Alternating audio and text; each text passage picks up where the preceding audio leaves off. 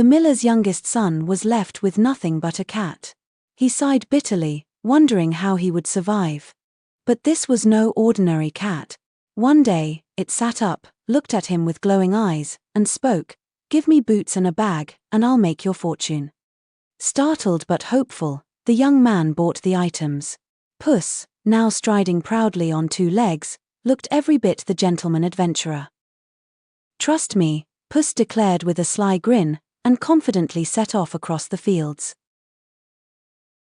With cunning and speed, Puss caught a plump rabbit, tucked it neatly into his bag, and marched straight to the royal palace. Bowing low to the king, Puss announced, "A gift from my noble master, the Marquis of Carabas." The king was impressed by such generosity. Day after day, Puss repeated this clever trick, catching partridges, quail, and pheasants, all presented in the name of the mysterious Marquis.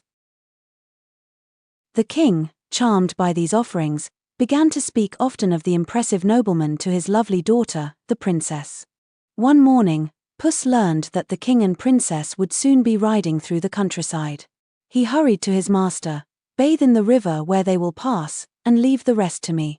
The young man obeyed, and while he splashed in the water, Puss quickly hid his old clothes. Just then, the royal carriage approached.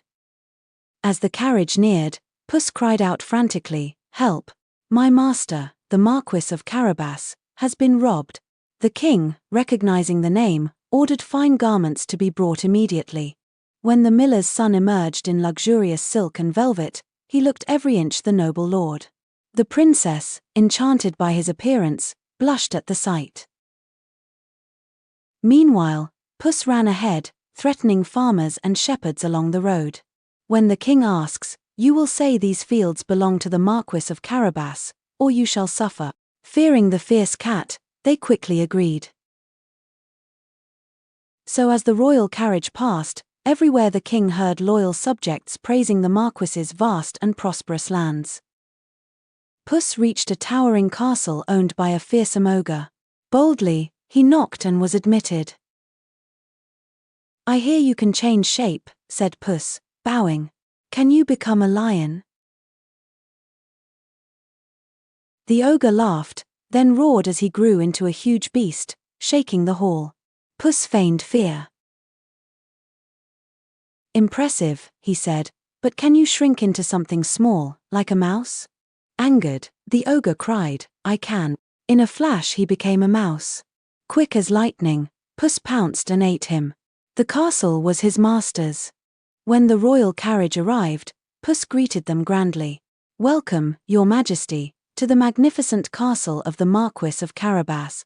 The king was astonished by such wealth and splendor. He immediately declared that the Marquis would make a worthy husband for his beloved daughter. Soon after, a splendid wedding was held at the castle. The princess and the miller's son, now truly the noble Marquis of Carabas, were married and lived happily ever after.